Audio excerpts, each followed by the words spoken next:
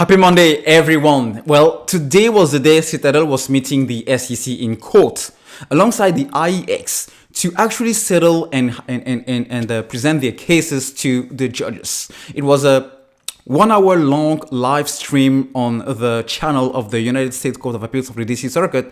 And if you haven't had the chance to listen to this whole lengthy statement, I'm going to go over the main highlights and break down pretty much everything you need to know and how things went down on this hearing. So first of all, we had Citadel starting and every party had 10 minutes to present their case to the judges. And then along the way, judges will ask questions, but Citadel started with the 10 minutes, answer all the questions from the judge and then multiple judges, and then followed by the lawyers from the SEC, then followed by the lawyers from the IEX. All right, so SEC wasn't alone against Citadel in this court hearing.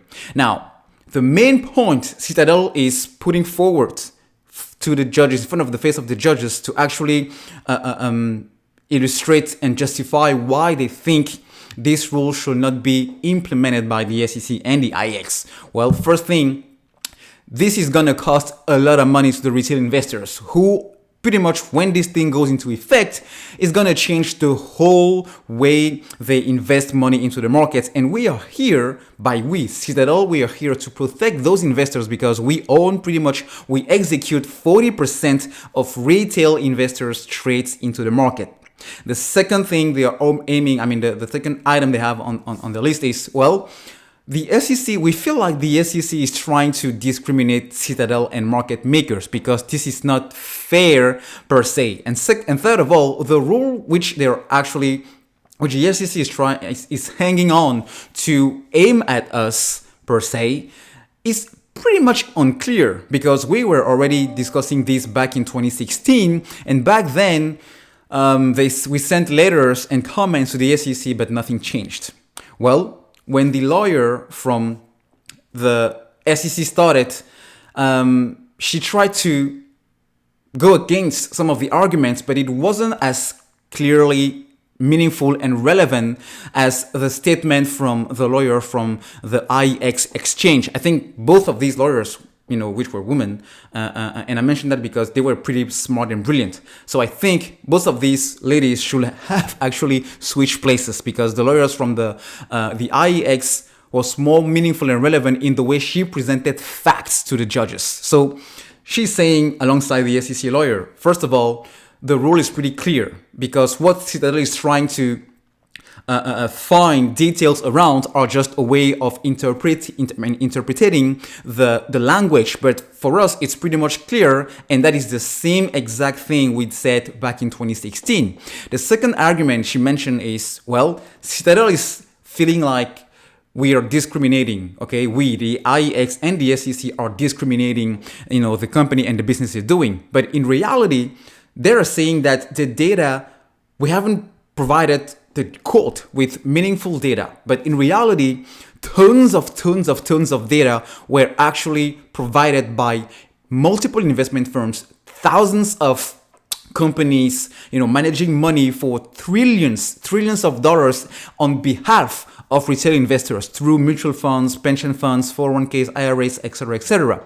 All right, and even in the midst of people who actually send us data and reach out to us when this delimit order was initiated, we have companies doing the exact same thing, doing the exact same business and model as Citadel, Virtue, and STS. Those are market makers and liquidity providers, but they are actually behind this delimit order.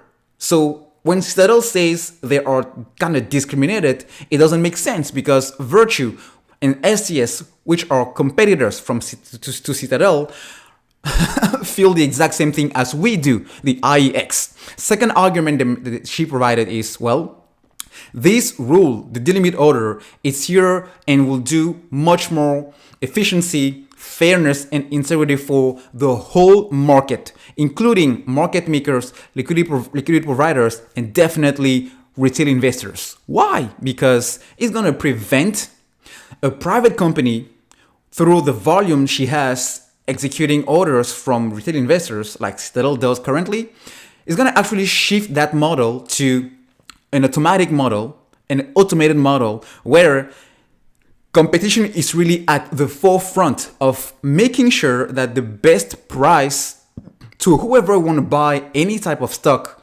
wants to get that best price. All right, so I'm going to get into the details in another video. I don't want to make this video pretty much so lengthy. So she's actually saying what lots of us within the apes community and lots of other investors and companies managing trillions of dollars into the market on behalf of retail investors are also thinking. All right, and the very fact that Virtue and SES, competitors to Citadel, are also backing this delimit order, it's a I mean, it speaks volume to against the arguments that Citadel are providing.